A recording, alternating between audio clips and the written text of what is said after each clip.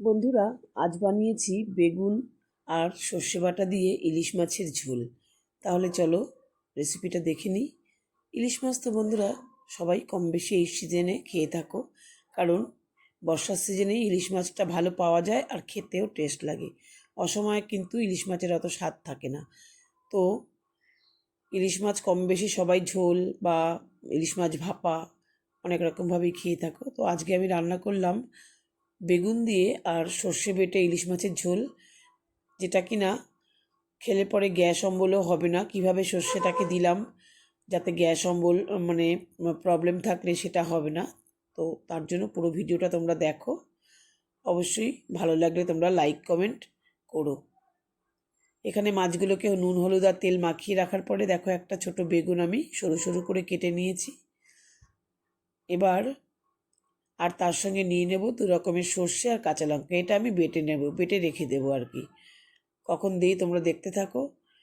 এবার গ্যাসে একটা কড়াই চাপিয়ে দিয়ে সর্ষের তেল দিয়ে দিচ্ছি কিছুটা মাছ ভাজার জন্য। খুব ভালো করে কিন্তু তেলটা গরম হতে হবে।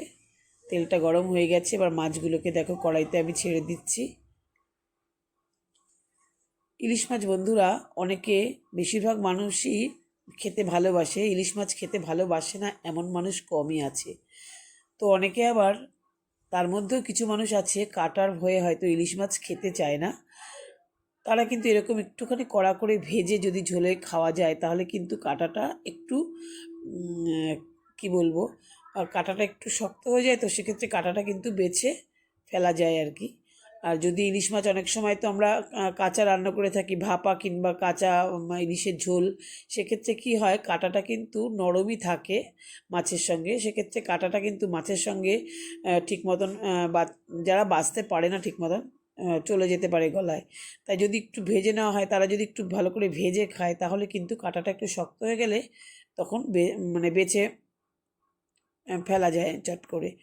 তো যাই হোক, যারা ভালোবাসে খেতে তারা কাঁটা নিয়েই খাবে, কাঁটাটাকে ঠিক মতন বেছে নিয়েই খাবে, কারণ ইলিশ মাছ খেতে প্রায় প্রত্যেকেই ভালোবাসি আমরা। আর ইলিশ মাছের গন্ধেই যেন ভাত খাওয়া হয়ে যায়। এখানে দেখো মাছগুলোকে আমি সব ভেজে নিচ্ছি, একটু কড়া করে ভাজছি, খুব কড়া করে নয়, একটু কড়া করে ভেজে নিচ্ছি মাছটা, যেহেতু ঝোল বানাচ্ছি তার জন্য। মোটামুটি আমার মাছগুলো ভাজা হয়ে গেল। মাছের মাথাটাও এর সঙ্গে ভেজে নিলাম, তবে মাছের মাথাটা ঝোলে দেব না।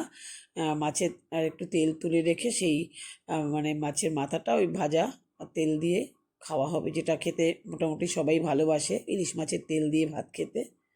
আমাদের বাড়িতেও সবাই মোটামুটি ভালোবাসে খেতে। এবার ওই তেলের মধ্যে দেখো কিছুটা তেল তুলে রেখেছিলাম, তারপরে সেই তেলের মধ্যে আমি বেগুনটাকে দিয়ে ভেজে নিচ্ছি প্রথমে।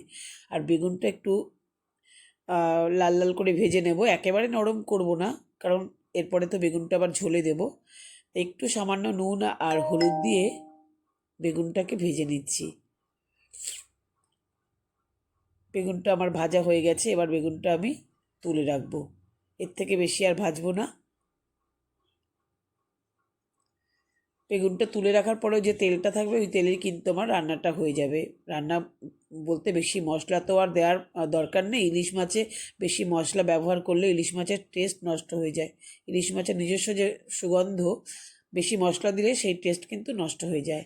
এবার এই তেলের মধ্যে দিয়ে দেবো কালো জিরে, যেটা ইলিশ মাছের ফোড়ন। কালো জিরে আর কাঁচা লঙ্কা এটা দিলেই পরে দুর্দান্ত স্বাদ হয়। এটা একটুখানি নেড়ে চেড়ে নিয়ে আমি যে সর্ষেটা বেটে রেখেছিলাম কাঁচা লঙ্কা দিয়ে 2 রকম সর্ষে, সেটাকে দেখো ছেঁকে দিয়ে দিচ্ছি। এভাবে যদি ছেঁকে সর্ষেটা তোমরা দাও বন্ধুরা, তাহলে কিন্তু যাদের বিশেষ করে গ্যাস অম্বলের প্রবলেম আছে তাদের কিন্তু আর হবে না। কারণ কি দেখো, সর্ষের খোসাটা বেরিয়ে যাচ্ছে, এই খোসাটার জন্যই কিন্তু আমাদের হজম হতে চায় না, গ্যাস অম্বলটার প্রবলেমটা হয়। তো আমি দিয়ে একটু নেড়ে চেড়ে সামান্য একটু নুন হলুদ দিয়ে দেবো। আর সর্ষেটা দিয়ে বন্ধুরা বেশি কিন্তু কষানো যাবে না, কারণ সর্ষেটা তাহলে কিন্তু তেতো হয়ে যায়, তোমরা সবাই জানো। সর্ষেটা দিয়ে বেশিক্ষণ কষানো যাবে না, একটু জলের মধ্যে নিয়ে একটু নাড়াচাড়া করে নিয়ে তারপরে আমি এখানে পরিমাণ মতন জল দিয়ে দেব। যেরকম আমি যেহেতু ঝোল বানাবো একটু জলটা বেশি দেব, তো আমি জল দিয়ে দিচ্ছি। আর তোমরা যে যেরকমভাবে ঝোল, যতটা ঝোল খাবে সে সেরকমভাবে ঝোলটাই দিয়ে নেবে। তার ঝোলটা দেওয়ার পরে আর একটু দিয়ে দেবো জল। তারপরে একটু ফুটে ওঠা পর্যন্ত আমি অপেক্ষা করব। ফুটে ওঠার পরে প্রথমে দেখো বেগুন ভাজাটা দিয়ে দিলাম, কারণ বেগুনটা ঝোলের সঙ্গে মিশে খুব সুন্দর একটা গন্ধ হবে। বেগুনটা ঝোলের সঙ্গে মিশে গেলে আর সঙ্গে সঙ্গে দিয়ে দেবো মাছগুলো। মাছের যে টেস্ট সেটা ঝোলে মিশে যাবে। যখন একটুখানি ভালো করে ফুটে উঠবে তখন আমি একটু ঢেকে দেব। একটু ঢেকে দিলে বন্ধুরা মাছের কিন্তু টেস্টটা ঝোলে পুরো চলে আসবে, খেতে দুর্দান্ত লাগবে গরম ভাতে। যারা খাও তারা তো জানোই যে এরকমভাবে ঝোল বানালে কত সুন্দর লাগে খেতে। এবার একটু ঢেকে দেব। একটু ঢাকা দিলে পুরো টেস্টটা মাছের ঝোলের মধ্যে চলে আসবে। তারপরে নামানোর আগে একটু কাঁচা লঙ্কা দিয়ে নামিয়ে দেবো। আশা করি রেসিপিটা বন্ধুরা তোমাদের ভালো লেগেছে। তোমরা এইভাবেই পাশে থেকো, তোমরা কমেন্ট করো, নতুন বন্ধুরা কিন্তু সাবস্ক্রাইব করে পাশে থেকো।